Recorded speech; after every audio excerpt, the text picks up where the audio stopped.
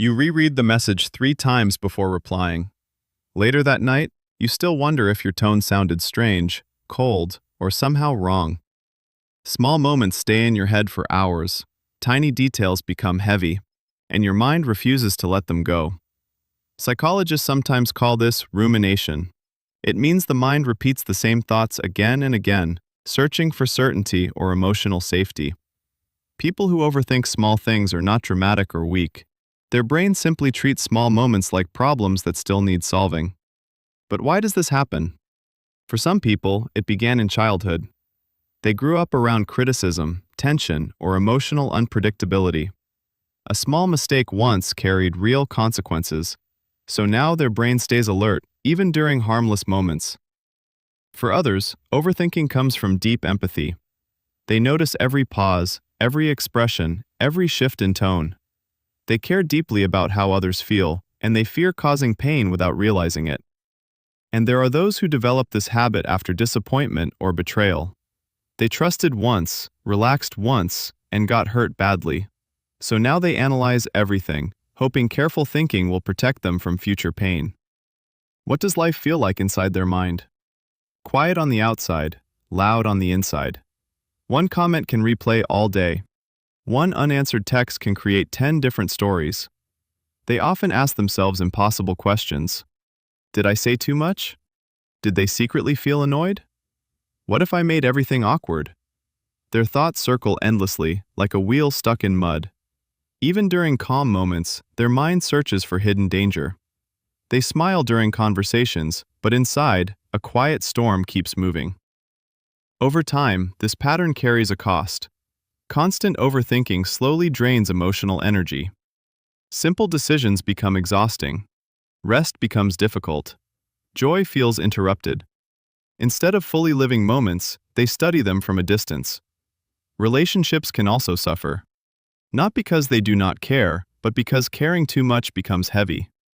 Their fears, their silence, their caution start shaping every interaction. And eventually, they begin doubting their own instincts. So why do they not simply stop? Because overthinking often feels useful. It feels protective. Many believe that if they think hard enough, they can prevent rejection, embarrassment, or conflict.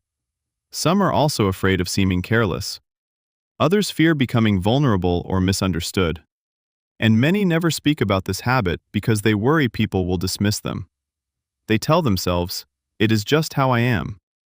So the cycle continues quietly, hidden behind normal conversations and daily routines. If you watch closely, the signs are often there. They apologize for tiny things most people never notice. They replay conversations long after everyone else moved on. They ask if you are upset, even when nothing seems wrong. Sometimes they delay simple decisions because every option feels risky. And when they finally relax, guilt often follows. Their mind tells them they forgot something important. Even peace can feel uncomfortable for them. But beneath all this thinking is usually something deeply human. The desire to feel safe. The desire to feel accepted. People who overthink small things are often sensitive in ways the world does not always reward. They notice details others miss. They feel emotions deeply. They carry invisible weight with quiet strength.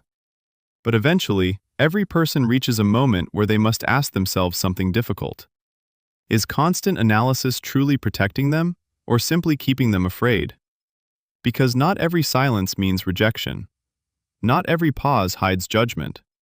And not every mistake becomes a disaster. Sometimes people are tired, distracted, or lost in their own thoughts. Sometimes life is simpler than the stories anxiety creates. Healing does not mean becoming careless overnight.